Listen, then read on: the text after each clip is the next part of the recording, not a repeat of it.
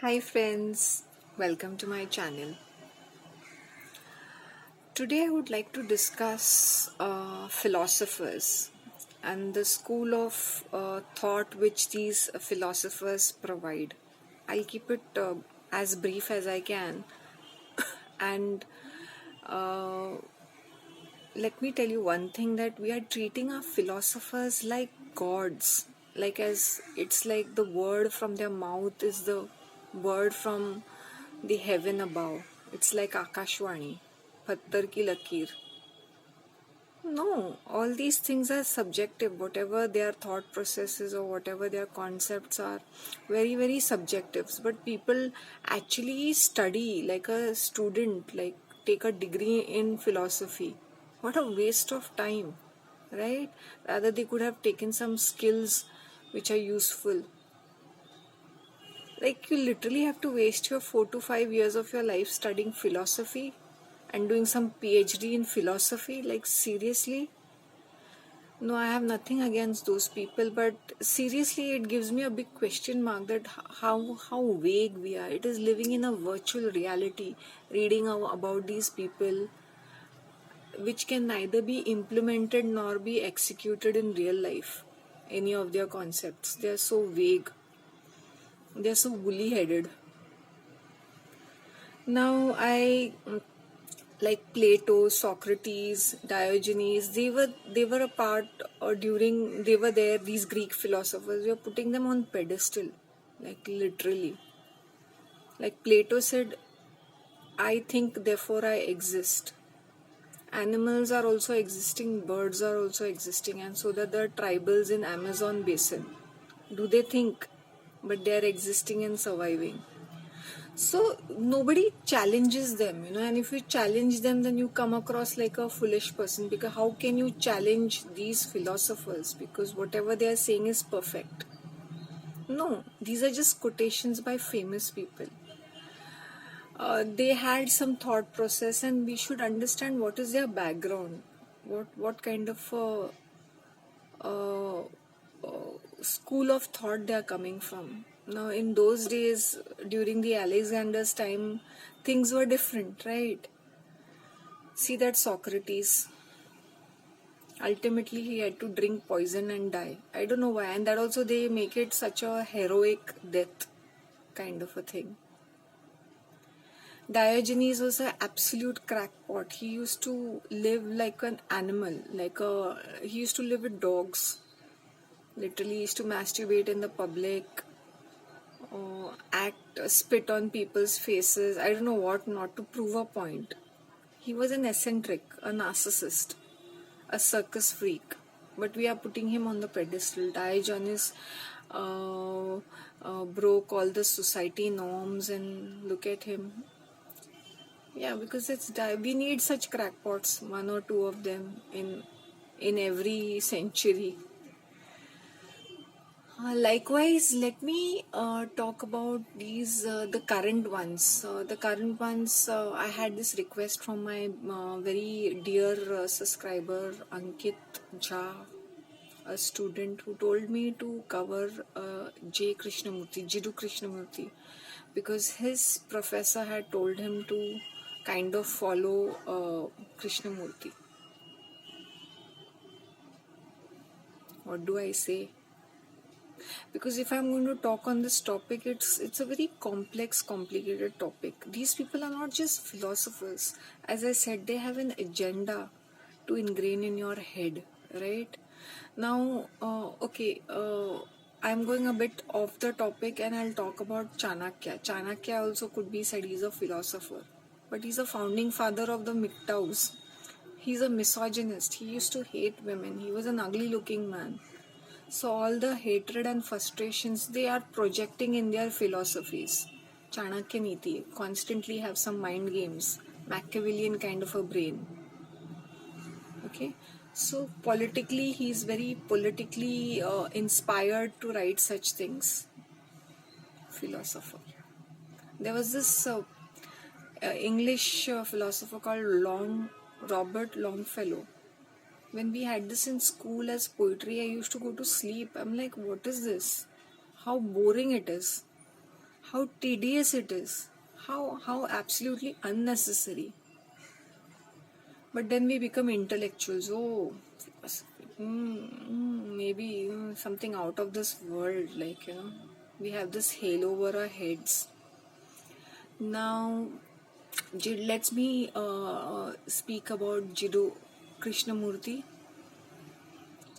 His father was, he's from Andhra Pradesh, he was born in Andhra Pradesh. His father was associated with Theosophical Society, who's Annie Besant is the founder of it.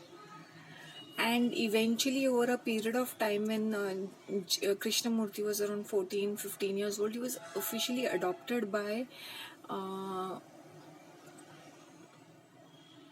Annie Besant and Charles Leadbeater. Now, these people are occultists, and they are the teachers of the New World Order.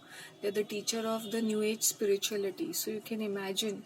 And this guy, okay, when then these people shifted to Madras, Krishnamurti and family, and he and his brother were officially handpicked and groomed by these two people, and they were taken to Britain for further studies, because anyway he was such a dumb student. He was not good at his studies, he was vague and dreamy, but it is very easy to groom such people, right? And then they taught him English and the elite society mannerisms, and how to they created a persona around him, and they used to chaffrey on him while he used to give speeches all over. They made this like Indian mystique kind of a clairvoyant kind of a persona of Murti. Means it's manufactured kind of a persona.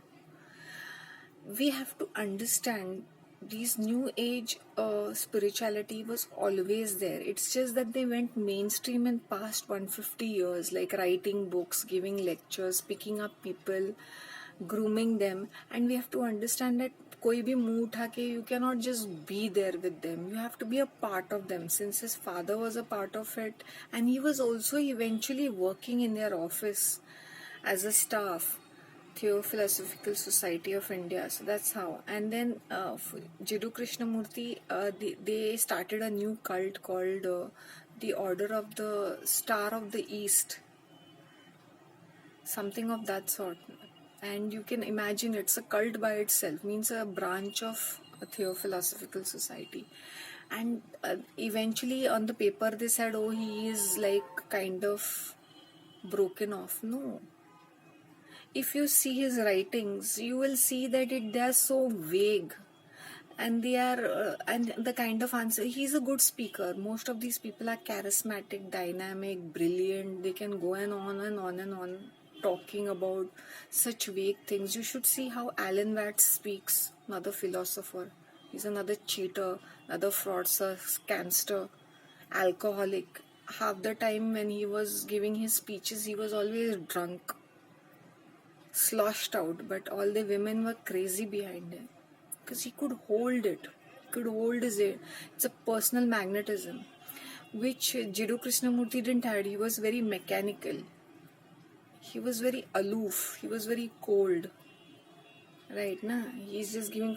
He was not a scholar of any subject per se, but he clearly and very closely worked with all these people. Aldous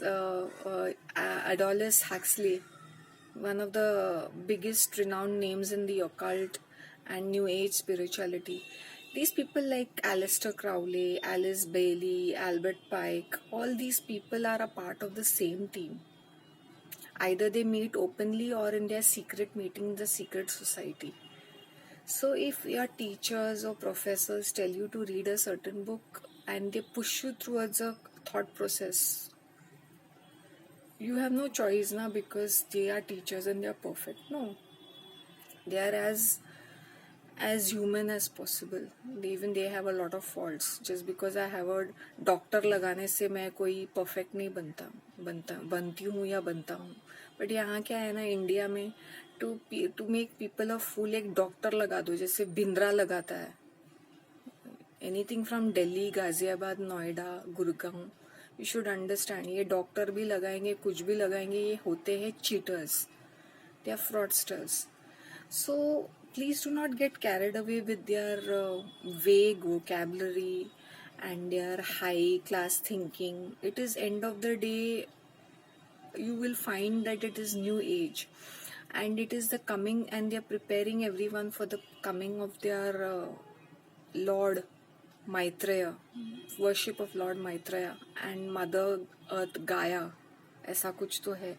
I want you all to please go ahead and do some research. I don't believe in spoon feeding. Okay, so people, मेरे content में कोई तामझाम नहीं रहता. There are no graphics, there is no music, there is no flashy visuals. But you have to understand what I'm sharing with you is equally as valuable as can be. So if you all want to take it. Otherwise, I'm fine with it. Oh, give us more facts. Facts can be grossly manipulated. Look at that fit tuber. कितना सारा झूठ बोलता रहता है, लेकिन उसका video high quality का है. बीच बीच में इतने सारे विजुअल्स है. It is like a Hindi news channel. बार बार कोई विजुअल, बार बार कोई ग्राफिक, एक फेक एक्टिंग, फिर फैक्ट्स के नाम पे ये सब नॉनसेंस बोलते रहते हैं. It's very shallow, superficial knowledge actually. I would request everybody to have an open mind, understand pros and cons of it, okay? Not to just be carried away. Philosopher. Kafka bhi tha, he was so depressing and dark. They keep projecting their vulnerabilities, their insecurities, their resentments, their phobias into our heads, in their manias. So just calm down and take it with a pinch of salt. That's all I can say. And all those who are studying philosophy, I really pity you all. What a waste of your precious life. Living in some bubble. Anyway, that's all I wanted to say. Take care of yourself. And one thing, these are all personas which are manufactured. They need to be there.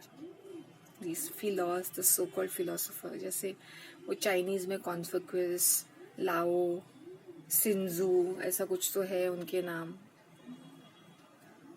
Marcus Aurelius, how can I forget? Oh my god, he's the godfather of all the MGTOWs, incels and alpha males who come on YouTube. The way they are promoting Marcus Aurelius. He's a Roman emperor. He comes from wealth and from a very prominent Roman family. He's a king. बैठे बैठे time pass में कुछ भी लिखता है. He can write. He's in authority. Whatever he says becomes the final word. That's what I'm trying to say to people, that do not be so involved with these people. मुझे तो वो संत कबीर एकदम dashing लगता था. I think he was one of the most genuine guys. मुंह पे बोल देता था, पढ़े लिखो क्या, हाथ कंगन को आरसी क्या, पढ़े लिखे को फारसी क्या. सही बोला उन्होंने. तो जेन्युइन लोग होते हैं, उनका कभी ऊपर आता नहीं है. Philosophy, living in some kind of an ivory tower. Anyway, that's all. Please share your feedback regarding this. Please let me know. Thank you so much.